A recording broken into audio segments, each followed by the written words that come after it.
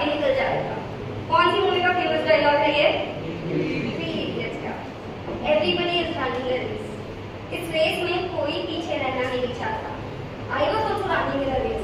मैं भी software engineers की रेस में दौड़ रही थी। 4 साल इंजीनियरिंग किया, 7 साल जॉब किया, अमेरिका भी गई, बढ़िया से चलती थी जिंदगी। फिर भी कहीं कुछ मिसिंग सा लग रहा था। मेरे मन में बहुत सवाल आते हैं, लोगों में क्या डिफरेंसेस क्यों होते हैं? कौन डिसाइड करता है किसके लाइफ में क्या स्ट्रगल्स आते हैं?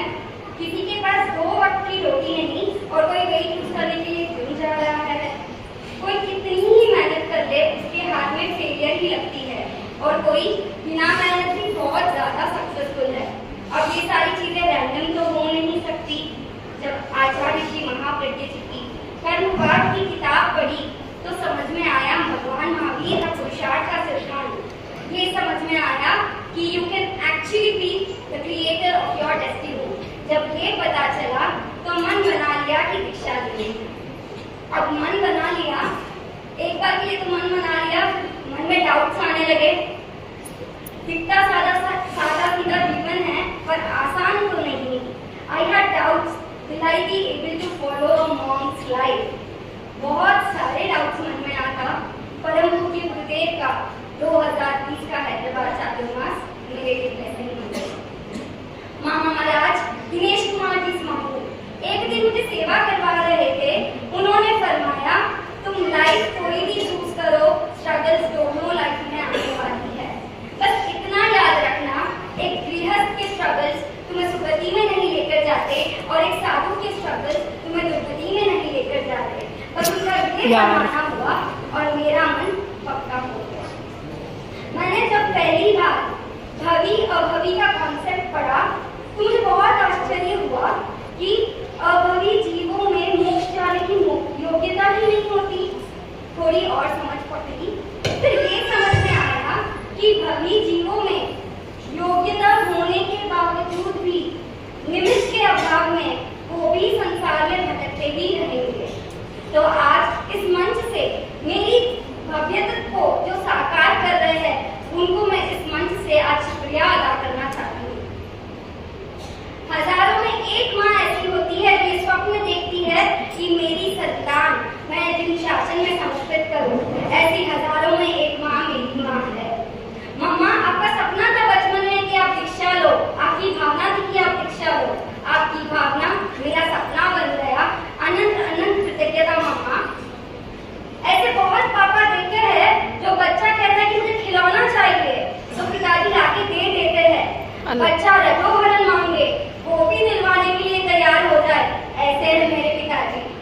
मम्मा पापा, बचपन से आपने मेरी हर इच्छा पूरी की है। आपको भी मुझसे एक्सपेक्टेशंस होंगे, अपेक्षाएं होंगी, इच्छा होंगी, पर अपनी सारी एक्सपेक्टेशंस को, अपेक्षाओं को साइड में रखकर मेरी इच्छा को पूरा करने के लिए आपने जो त्याग किया है उसके लिए अनंत अनंत कृतज्ञता। करना चाहती हूँ ज्ञानशाला परिवार को जिन्होंने अपने धर्म के संस्कार दिए। मैं कृतज्ञता ज्ञापित करना चाहती हूँ कन्या मंडल परिवार को जिन्होंने इन संस्कारों को सुरक्षित रखा।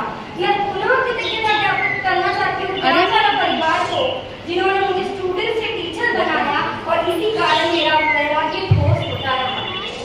मैं कृतज्ञता ज्ञापित करना चाहती हूँ 13 समाज से जिन्होंने आज अभिनंदन समारोह रखा है।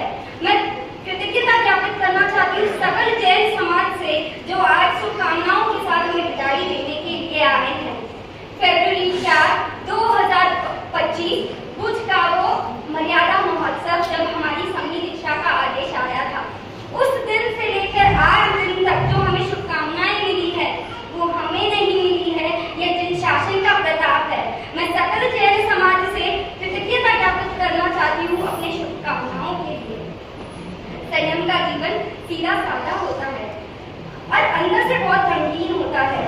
जितना सीधा होता है उतना ही इम्पैक्टफुल होता है। आज इसीलिए शायद सबके चेहरे पे, सबके मुंह पर एक ही नाम है, साध्वी श्री गवेषणा श्री जी और उनका टीम।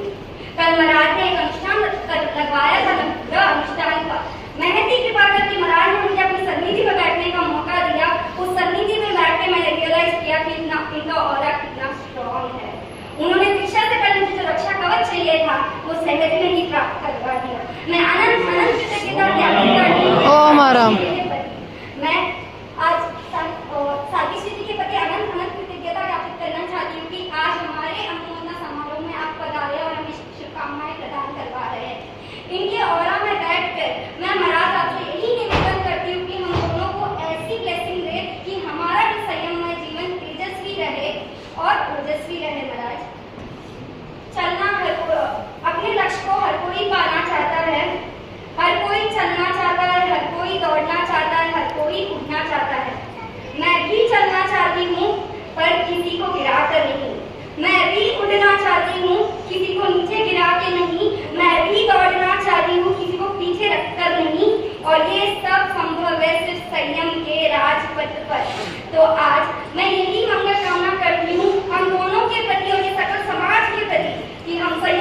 राजपथ पर आगे बढ़ते जाए, आगे बढ़ते जाए, आगे बढ़ते जाए।